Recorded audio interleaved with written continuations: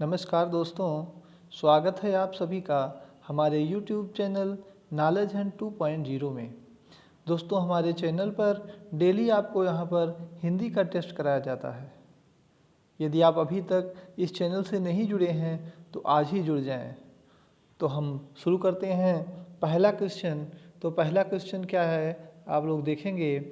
ये पहला क्वेश्चन है, नायक शब्द का स्त्रीलिंग रूप क्या हो है। नायक शब्द का स्त्रीलिंग रूप जल्दी बताएंगे आप लोग।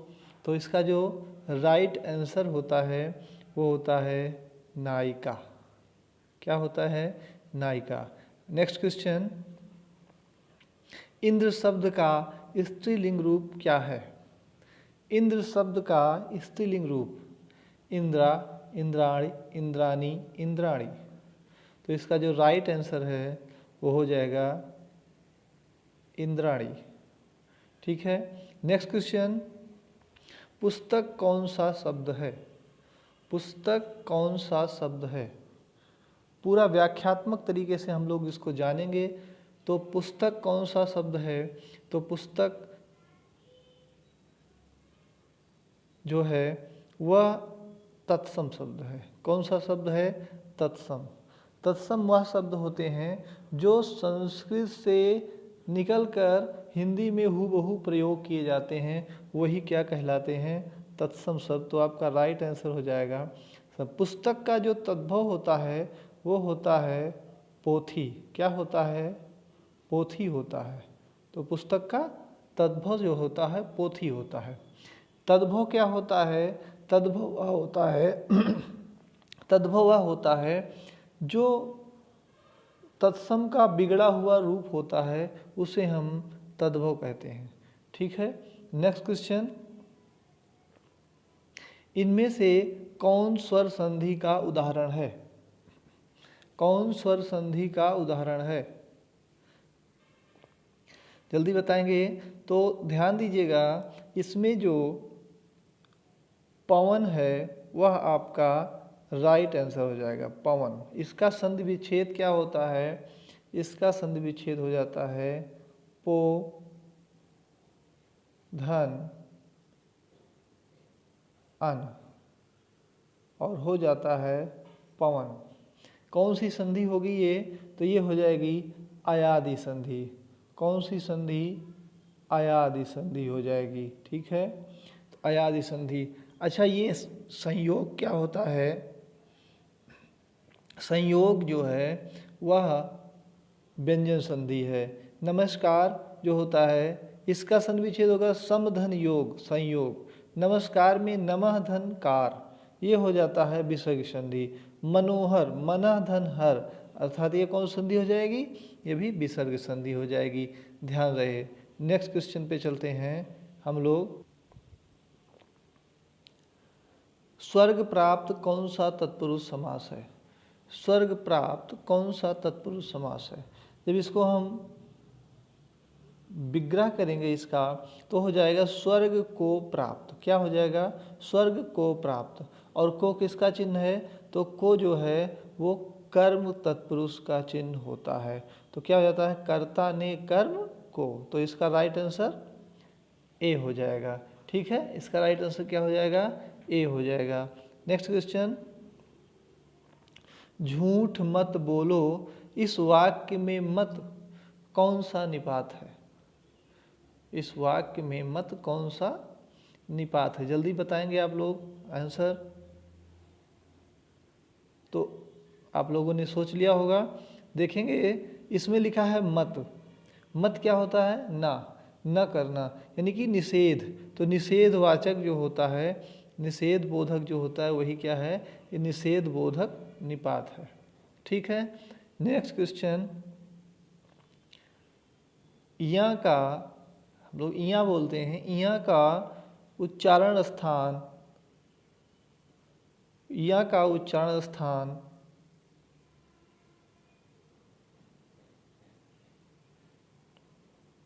क्या है? तो इसका जो उच्चारण स्थान है वो क्या है? तो आप देखेंगे कि ई और चा छा जा झा इया और या और सा, इन सभी का उच्चारण स्थान तालु होता है। क्या होता है? तालु। तो इसका राइट आंसर हो जाएगा तालु। ठीक है, अगला देखते हैं नेक्स्ट क्वेश्चन। काश आज वर्षा होती। इस वाक्य में काश कौन सा निपात है? इस वाक्य में काश कौन सा निपात है? काश आज वर्षा होगी, यानी कि जल्दी बताएं, सोचें आप लोग, आंसर दें। ठीक है, इसका जो राइट आंसर होगा वो हो जाएगा विस्मयादि बोधक। देखिए इसमें विस्मयादि बोधक का एक चिन्ह लगा हुआ है, आपने देखा होगा। तो ये चिन्ह ही क्या है? ये इसकी पहचान है कि इसका राइट आंसर यही होगा। ठीक है, आप लोग अपने आंसर देते रहिए और अंत में आप कमेंट बॉक्स में ज़रूर बताएं कि आपका कितना सही हुआ। Next question, question number 9। तुम जा रहे हो, ये कौन सा काल है? तुम जा रहे हो, ये कौन सा काल है? तो कौन सा काल हो जाएगा? इसमें वर्तमान काल आपका राइट आंसर हो जाएगा। ठीक है, क्योंकि यह काम हो रहा है। जो काम होता है तो उसे वर्तमान काल कहते हैं, जो बीत गया होता है वो भूतकाल होता है, और जो आने वाला होता है वह भविष्यत काल होता है। तो हम लोग नेक्स्ट क्वेश्चन पे चलते हैं। व्याकरण जानने वाला वाक्य के लिए एक शब्द है। वाक्य के लिए एक शब्द है, तो वह कौन सा शब्द है? जल्दी बताएंगे। तो आपका जो राइट आंसर हो जाएगा वो हो जाएगा वैयाकरण। ठीक है, वैयाकरण मतलब व्याकरण को जानने वाला। ठीक, नेक्स्ट क्वेश्चन। यदि आप हमारे चैनल पर नए हैं तो चैनल को सब्सक्राइब करना ना भूलें। नेक्स्ट क्वेश्चन है, आप कौन सा सर्वनाम है? आप कौन सा सर्वनाम है? देखिए आप, तो आप जो है वह आपका निजवाचक सर्वनाम है। निज का मतलब ही होता है अपना। क्या होता है? अपना होता है। ठीक है, तो इसका राइट आंसर आपका हो जाएगा निजवाचक। नेक्स्ट क्वेश्चन, निम्नलिखित में कौन सा शब्द वृद्धि संधि का उदाहरण नहीं है? ठीक है, तो आप बताएंगे कौन सा शब्द वृद्धि संधि का उदाहरण नहीं है। तो सदैव वृद्धि संधि है, परमोदार वृद्धि संधि है, और जलौघा वृद्धि संधि है। लेकिन जो गुरुपदेश है यह कौन सी संधि हो जाएगी? यह गुण संधि हो जाएगी। कौन सी संधि? गुण संधि। ठीक है, आपको एक छोटी सी ट्रिक बताते हैं। जहाँ अय की मात्रा आ जाए, जहाँ अय की मात्रा आ जाए, जहाँ औ की मात्रा आ जाए, वो हमेशा वृद्धि संधि होती है। ध्यान रखिएगा, जहाँ कहीं भी अय की मात्रा आ जाए बीच में, और जहाँ भी औ की मात्रा आ जाए, वो हमेशा वृद्धि संधि होती है। कौन सी संधि मित्रों? वृद्धि संधि। ध्यान रखिएगा। नेक्स्ट क्वेश्चन, पुष्प कौन सा शब्द है? पुष्प कौन सा शब्द है? तो जो पुष्प है, पुष्प कौन सा शब्द है बताएंगे आप लोग। तो पुष्प जो है वह तत्सम शब्द है। ध्यान रखेगा कि जो तत्सम शब्द होता है उसकी भी एक पहचान होती है, एक ट्रिक होती है। इसमें अधिकतर आधे शब्द हुआ करते हैं। कितने? आधे शब्द। उसके बाद दूसरी ट्रिक क्या है? दूसरी ट्रिक है छ, त्र, ज्ञ। ये तीनों सब जो है, जो संयुक्त व्यंजन है, यदि ये आ जाए कहीं भी तो वह संयुक्त व्यंजन तत्सम होते हैं। ठीक है, ऐसे ही नेक्स्ट क्वेश्चन चलते हैं। Question number 14। चवर्ग का उच्चारण स्थान है।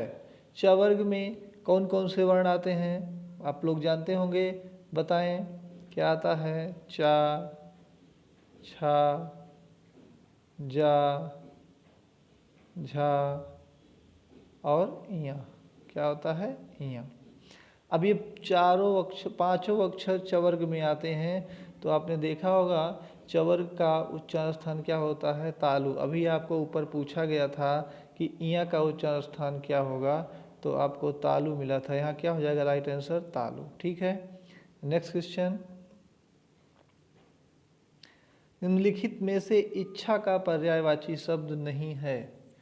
इच्छा का पर्यायवाची शब्द नहीं है, तो कौन सा नहीं है? जल्दी बताएंगे। लिप्सा, ये तो है। कामना, ये भी है। स्पृहा, ये भी है। लेकिन जो यातना होती, यातना का मतलब होता है कष्ट। क्या होता है? कष्ट। तो यह इसका राइट आंसर हो जाएगा। ठीक है, नेक्स्ट क्वेश्चन, क्वेश्चन नंबर 16, निम्नलिखित में से घर का पर्यायवाची शब्द नहीं है। ध्यान रखिएगा, घर का पर्यायवाची शब्द लेकिन पूछ रहा है नहीं है, क्योंकि यही आप गलती करते हैं। जैसे देखेंगे घर का पर्यायवाची, आप तुरंत सदन लगा देंगे, शाला लगा देंगे, निकेतन लगा देंगे, लेकिन सही क्या है? नहीं है। तो ये हो जाएगा पावक, जो आपका राइट आंसर है। पावक का मतलब क्या होता है? पावक का मतलब बताइए क्या होता है, जल्दी बताइए। पावक का मतलब होता है अग्नि। ठीक है, आग। आग क्या है? आग जो है तद्भव है, अग्नि क्या होती है? अग्नि तत्सम होती है। ठीक है, नेक्स्ट क्वेश्चन चलते हैं। वह कुल्हाड़ी से वृक्ष काटता है, इस वाक्य में से किस कारक की विभक्ति है? बताइए जल्दी। देखेंगे, वह कुल्हाड़ी से वृक्ष काटता है। वृक्ष काटने का जो साधन वो क्या है? कुल्हाड़ी।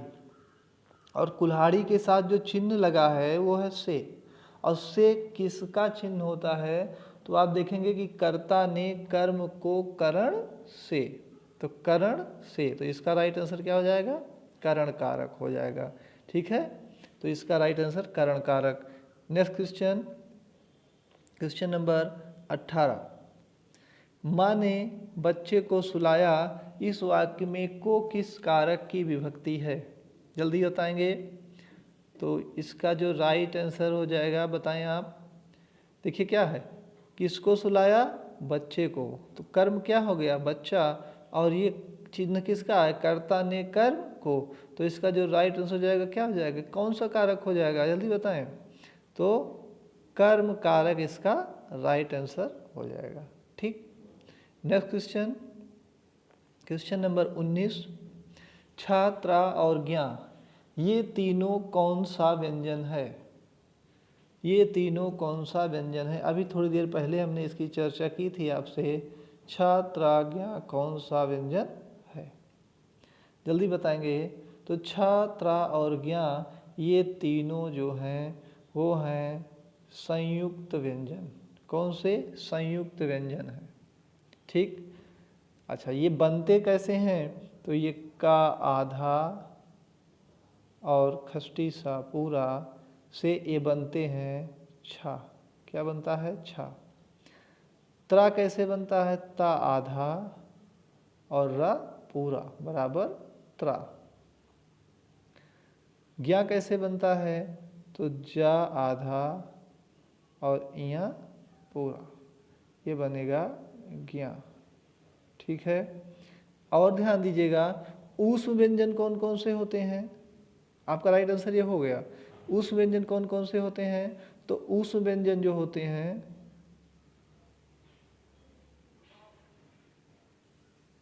ऊष्म व्यंजन जो होते हैं वो होते हैं स ख स ह, यानी कि तीनों प्रकार के सा, तीनों प्रकार के सा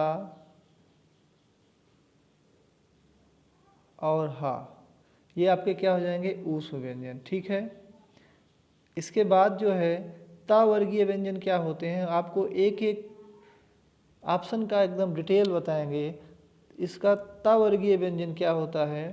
तो ता वर्गीय व्यंजन जो होता है, अभी आपने वर्ग बताया था, जैसे एक वर्ग आप दो का वर्ग 4 होता है, ऐसे ही अगर ता वर्ग की बात की जाए तो इस वर्ग में एक वर्ग में 5 अक्षर होते हैं, तो इसका पांचों अक्षर क्या होंगे? ता, था, दा, धा और ना। तो ये हो गया तावर्गीय व्यंजन। ठीक है, नेक्स्ट क्वेश्चन देखते हैं। कवि का स्त्रीलिंग रूप क्या है? ये क्वेश्चन प्रत्येक परीक्षा में शायद ही कभी छूटता है, अन्यथा बार बार पूछा जाता है। तो इसका राइट आंसर आप लोग जल्दी बताएं। कवियत्री, कवियाणी, कवियत्री, इनमें से कोई नहीं। तो आपका जो राइट आंसर हो जाएगा मित्रों, वो हो जाएगा कवियत्री। ठीक है, नेक्स्ट क्वेश्चन आप देखें, रचना की दृष्टि से शब्दों के कितने भेद हैं? रचना की दृष्टि से शब्दों के कितने भेद हैं? ये आप कमेंट बॉक्स में अपना आंसर ज़रूर दें। धन्यवाद दोस्तों, नॉलेज हंट में आपका बहुत बहुत स्वागत है। आपने इतनी देर वीडियो देखा, इसके लिए आपको बहुत बहुत धन्यवाद। यदि आप इस चैनल पर नए हैं तो सब्सक्राइब करना ना भूलें और अपने मित्रों में भी शेयर करें। धन्यवाद।